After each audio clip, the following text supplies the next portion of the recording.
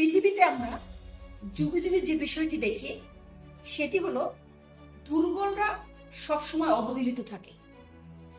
যে কারণে এই পৃথিবী সভ্যতার সর্বোচ্চ স্তরে পৌঁছাতে পারে না। কারণ বিবেকানন্দ একটি কথা বলেছে, যে সমাজ দুর্বলদের রক্ষা করতে পারে না সেই সমাজ সভ্য হতে পারে না। এটি তিনি বুঝাতে চেয়েছেন যে আমাদের সোসাইটিতে বা পৃথিবীতে আমরা যেমন ব্রাহ্মণকে যেমন আমরা মূল্যায়িত করি বা তাকে যেমন একটি অবস্থানে রাখি, শূদ্রদের আমরা অবহেলা করি। যে কারণে কিন্তু সোসাইটিতে একটি বিশাল পার্থক্য দেখা দেয় এবং এখানে আমরা যেটা দেখি যে তাদের মধ্যে এক ধরনের কম্পিটিশন থাকে এবং শূদ্ররা অবহেলিত হয় এবং যে কারণে তারা তাদের মেধাটাকে বিকাশ করতে পারে না।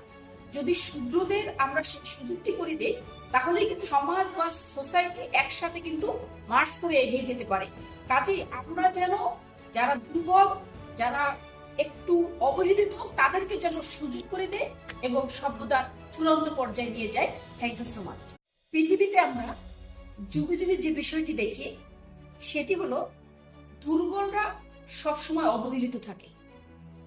যে কারণে এই পৃথিবী সভ্যতার সর্বোচ্চ স্তরে পৌঁছাতে পারে না। কারণ বিবেকানন্দ একটি কথা বলেছে, যে সমাজ দুর্বলদের রক্ষা করতে পারে না সেই সমাজ সভ্য হতে পারে না।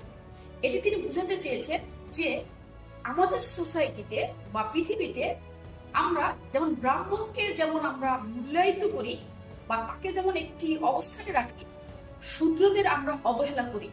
যে কারণে কিন্তু সোসাইটিতে একটি বিশাল পার্থক্য দেখা দেয় এবং এখানে আমরা যেটা দেখি যে তাদের মধ্যে এক ধরনের কম্পিটিশন থাকে এবং শূদ্ররা অবহেলিত হয় এবং যে কারণে তারা তাদের মেধাটাকে বিকাশ করতে পারে না।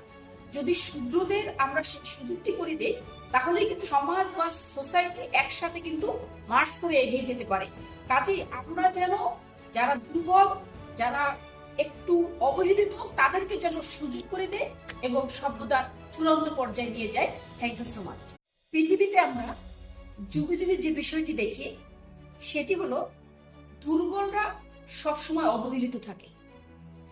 যে কারণে এই পৃথিবী সভ্যতার সর্বোচ্চ স্তরে পৌঁছাতে পারে না। কারণ বিবেকানন্দ একটি কথা বলেছে, যে সমাজ দুর্বলদের রক্ষা করতে পারে না সেই সমাজ সভ্য হতে পারে না। এটি তিনি বুঝাতে চেয়েছেন যে আমাদের সোসাইটিতে বা পৃথিবীতে আমরা যেমন ব্রাহ্মণকে যেমন আমরা মূল্যায়িত করি বা তাকে যেমন একটি অবস্থানে রাখি, শূদ্রদের আমরা অবহেলা করি।